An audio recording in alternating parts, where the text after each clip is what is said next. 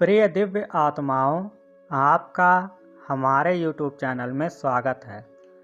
आज के इस वीडियो में हम कुंडलिनी शक्ति और इसको जागृत करने की विधि पर बात करेंगे। कुंडलिनी क्या है, इसको कैसे जागृत करते हैं, इस पर YouTube में हजारों वीडियोज़ हैं। लोग ये मानते हैं कि कुंडलिनी शक्ति जागृत होने पर लोग शक्तिमान बन जाएंगे, उनके पास हजारों सिद्धियां आ जाएंगी। हालांकि जितने भी योगी आप लोगों को कुंडलिनी के बारे में सिखा रहे हैं वो खुद शक्तिमान नहीं हैं और ना ही वो किसी सिद्धि को प्रदर्शित करते हैं। मेरे लिए कुंडलिनी शक्ति को जागृत होने का मतलब है माया जन्य गुणों को छोड़कर आत्मिक गुणों में निवास करना।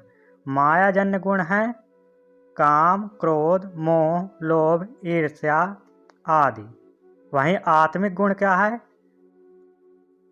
परम शांति, आनंद की अवस्था में हर समय रहना, क्योंकि यही जन्म, मृत्यु और सांसारिक बंधन से मुक्ति का आधार है। आप सब ने महाभारत युद्ध के अभिमन्यु वध की कहानी सुनी होगी। महाभारत में अर्जुन को चक्रव्यूह भेदन की विधि मालूम थी। एक दिन युद्ध में अर्जुन संसप्तकों से युद्ध करते हुए युद्ध भूमि से काफी दूर चले गए। तब कौरवों ने बाकी बचे हुए पांडवों को युद्ध के लिए ललकारा। अर्जुन के कुरुक्षेत्र के युद्ध के मैदान में न होने पर बाकी पांडव चिंतामग्न हो गए, क्योंकि उस दिन द्रोणाचार्य ने चक्रव्यूह विधि का प्रयोग ही युद्ध में किया हुआ था और चक्रव्यूह को भेदना बाकी पांडवों से नहीं आता था। तो उस समय अभिमन्यु आगे आए। अभिमन्यु ने युधिष्ठिर से कहा, मैं चक्रव्यूह के 6 चरण भेद सकता हूँ, परंतु 7वां नहीं।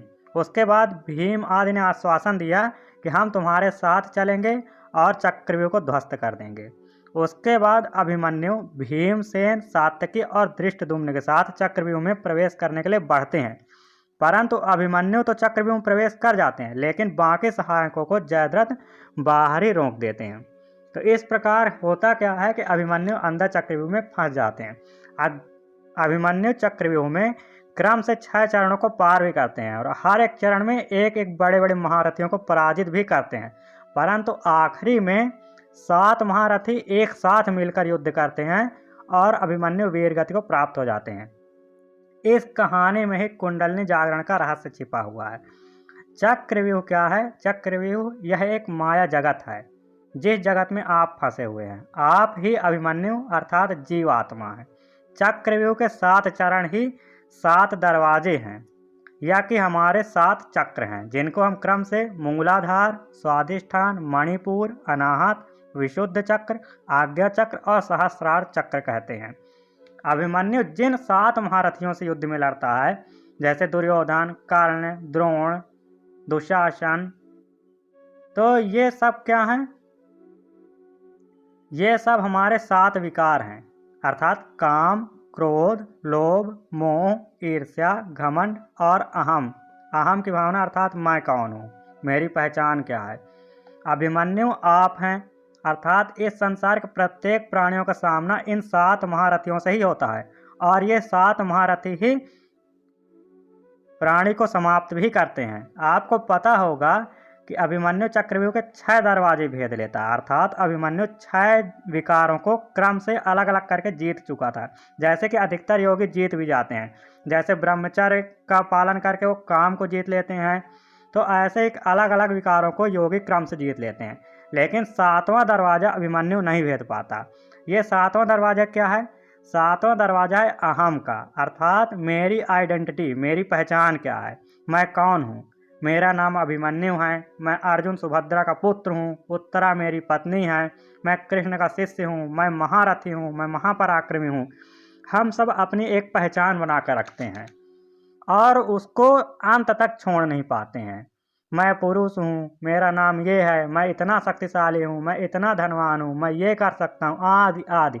हमारे ये अहम ही हमको पराजित करते हैं, क्योंकि जब हमारा अहम बना रहता है तो जिन 6 महारथियों को हम पराजित कर देते हैं, वो 6 महारथी भी आखिरी में हमारे अहम के साथ मिलकर युद्ध करते हैं और इसका परिणाम ये होता है कि हम हार जाते हैं और हम फिर जन्म मृत्यु के चक्र में फंस जाते हैं, हम निकल नहीं पाते हैं।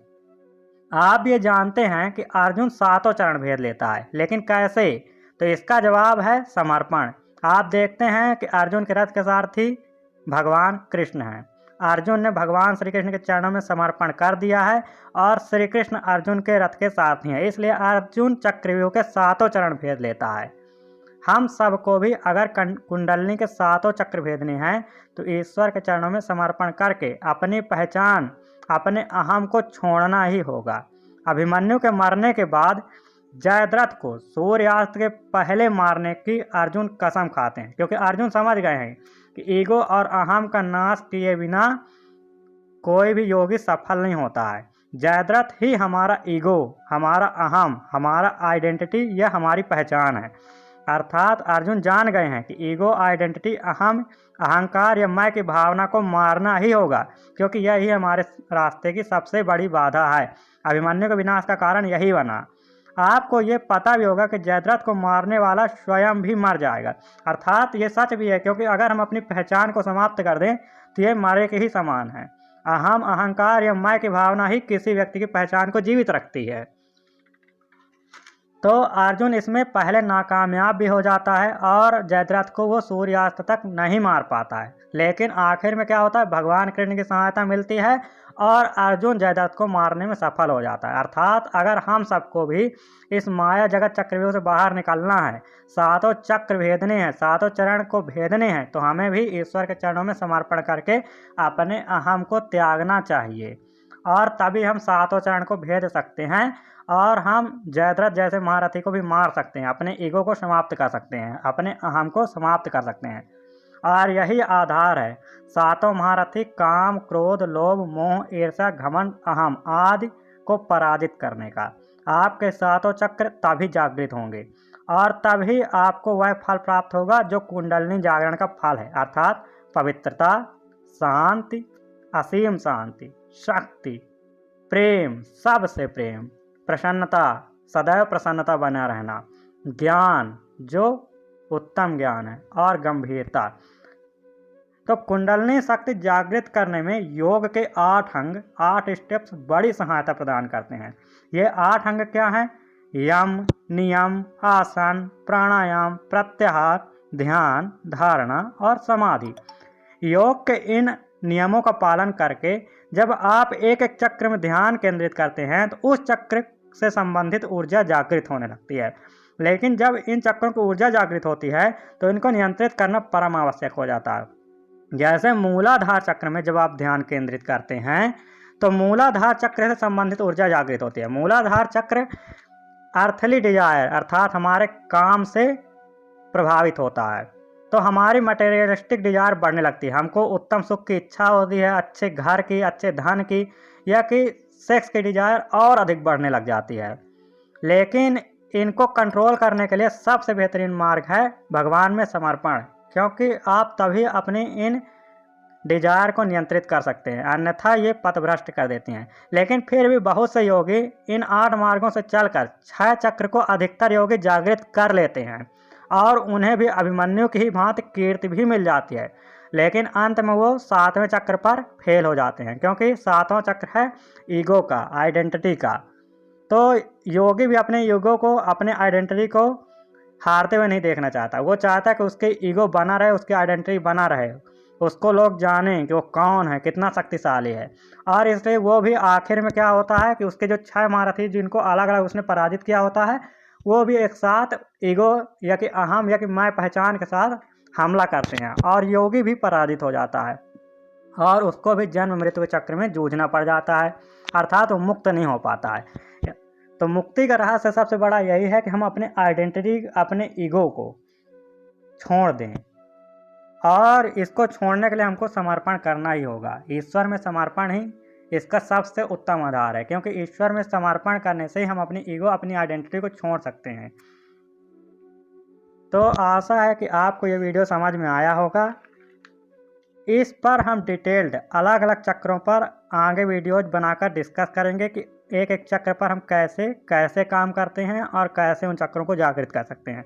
तो चैनल से आप जुड़े रहें और अपने मित्रों को भी जोड़ें। आपका धन्यवाद।